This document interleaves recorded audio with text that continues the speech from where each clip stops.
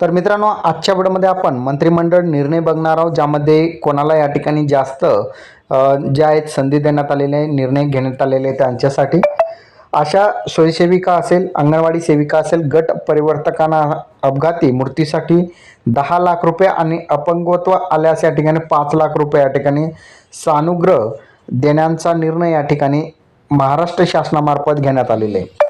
या योजनेअंतर्गत आता त्यांना मृत्यू झाल्यास या ठिकाणी अपघाती मृत्यू झाल्यास 10 लाख रुपये आणि अपघाती जर अपंगत्व आल्यास 5 लाख रुपये अनुदान देण्यात येणार आहे।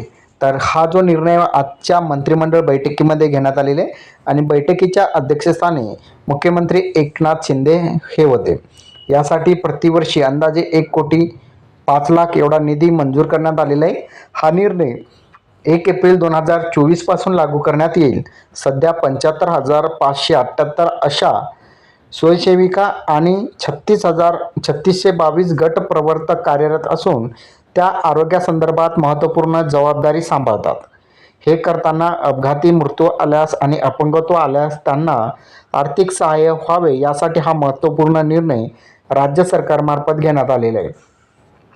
दुसरा महत्त्वपूर्ण निर्णय म्हणजे राजे यशवंतराव होळकर महामेश योजना पुढे या ठिकाणी सुरू ठेवणार आहेत महाराष्ट्र शासन आणि मेंढपाळ लाभार्थ्यांना रक्कम जे थेट त्यांच्या खात्यामध्ये या ठिकाणी जमा करण्यात येणार आहे।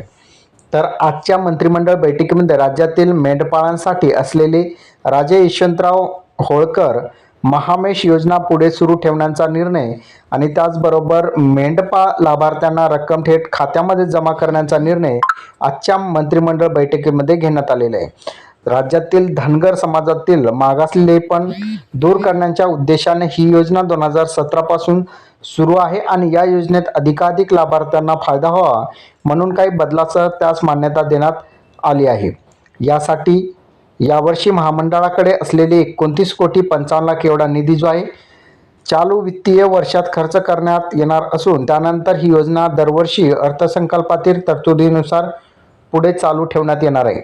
पशुधन खरेदीबाबतची 75% अनुदानाची रक्कम 7 दिवसामध्ये जे आहेत लाभार्थ्यांच्या खात्यामध्ये जमा करण्यात येणार आहे।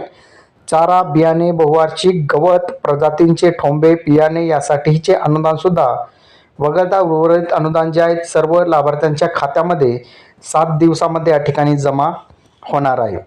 दिव्यांगी कर्मचाऱ्यांना सुद्धा या ठिकाणी पदोन्नतीसाठी आरक्षण लागू राहणार आहे। राज्य शासनातील दिव्यांग कर्मचाऱ्यांसाठी 30 जून 2016 पासून या ठिकाणी पदोन्नतीचे आरक्षण लागू करण्याचा निर्णय आजच्या मंत्रिमंडळ बैठकीमध्ये घेण्यात आलेला आहे। आजच्या मंत्रिमंडळ बैठकीमध्ये गट ड ते गट अ पदामध्ये पदोन्नतीमध्ये 4% आरक्षण 30 जानेवारी 2016 पासून लागू करण्यात आलेले आहे। याचा काल्पनिक पद्धतीने गट अ निम्न स्तरापर्यंत मिळेल आणि 30 जून 2016 पासून ज्या दिनांकाला दिव्यांग अधिकारी अथवा कर्मचारी पदोन्नतीसाठी पात्र ठरेल त्या दिनांकापासून त्यांना काल्पनिकरित्या आरक्षणांचा लाभ देण्यात येणार आहे।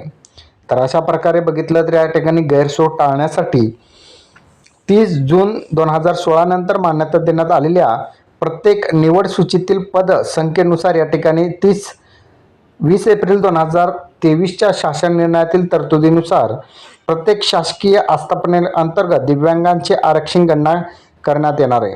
तसेच पात्र दिव्यांगांची संख्या पुरेशी नसल्यास अधिसंख्या पद या ठिकाणी निर्माण करण्यात सुद्धा येणार आहे। त्याचबरोबर शेती पिकांचं नुकसान ठरवण्यासाठी अद्ययावत प्रणाली आता लवकरात लवकर विकसित करण्यात येणार आहे।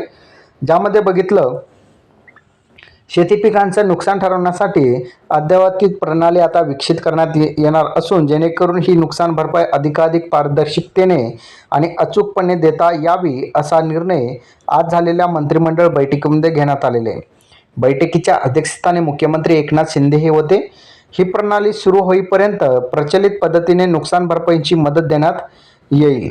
1 जुलै 2024 रोजी या संदर्भातील झालेल्या मंत्रिमंडळ उपसमितींच्या बैठकीस सामान्य कृत फरक वनस्पती निर्देशांक निष्कर्षासाठी पूर्ण अद्ययावत प्रणाली कृषी विभागामार्फत या ठिकाणी तयार होत असून तोपर्यंत प्रचलित धोरणाप्रमाणे या ठिकाणी शेती पिकांना नुकसान भरपाई देण्याबाबतचा निर्णय घेण्यात आलेला आहे। त्यानंतर ब्रह्ममुंबईमध्ये सुद्धा न्यायिक अधिकाऱ्यांसाठी 51 पदनिका या ठिकाणी सदनिका या ठिकाणी राहणार आहेत. यामध्ये बघितलं तर ब्रह्ममुंबईमध्ये न्यायिक अधिकाऱ्यांसाठी 51 सदनिका भाडे तत्वावर उपलब्ध करण्यास या ठिकाणी आजच्या मंत्रिमंडळ बैठकीमध्ये निर्णय घेण्यात आलेले, ज्यामध्ये माझगाव येथील पारिजात इमारत 16, केदार इमारतीतील 3 अशा 19 न्यायिक अधिकाऱ्यांना नव्याने निर्माण झालेल्या पदांच्या अनुषंगाने 32 अशा 51 पदनिका ऑक्टोबर 2024 ते ऑक्टोबर 2027 या 3 वर्षांच्या कालावधीसाठी भाडे तत्वावर घेण्यास या ठिकाणी घेण्यात येतील आणि एका सदनिकेचे 1 महिन्याचे कमाल भाडे 1,20,000 असून त्यामुळे 51 सदनिकेसाठी एका वर्षाच्या 7,34,40,000 इतके भाडे खर्च या ठिकाणी राज्य सरकारनं मान्यता दिलेली आहे. आता पुढील एक महत्त्वपूर्ण अपडेट अशी तो म्हणजे नाशिक जिल्ह्यातील अंबडमध्ये MIDCसाठी 16 हेक्टर शासकीय जमीन या ठिकाणी उपलब्ध करण्यात आलेली आहे. विनामूल्य दरामध्ये या ठिकाणी उपलब्ध करून देण्यात आलेली ही शासकीय जमीन MIDC विस्तारांसाठी या ठिकाणी 16 एकर जमीन या ठिकाणी देण्यात आलेली आहे. या जमिनीची किंमत 24,02,40,000 इतकी असून ती विनामूल्य या ठिकाणी MIDCला हस्तांतरित करण्यात येईल असे या ठिकाणी सांगण्यात आलेले मंत्रिमंडळ बैठकीमध्ये निर्णय घेण्यात आलेले आहे. यंदा राज्यामध्ये सरासरीच्या 123% पाऊस पेरण्या समाधानकारक झालेले आतापर्यंत बघितलं तर 123% पाऊस या ठिकाणी राज्यामध्ये झालेला आहे. यामध्ये ज्वारी असेल, कापूस, मका, सोयाबीन, तूर, उडीद, भुईमूग अशा विविध पिकांचा अंतिम टप्प्यामध्ये या ठिकाणी पेरणी झालेली आहे. तर आजच्या मंत्रिमंडळ बैठकीमध्ये पाण्यासंदर्भात सुद्धा या ठिकाणी महत्त्वपूर्ण निर्णय देण्यात आले.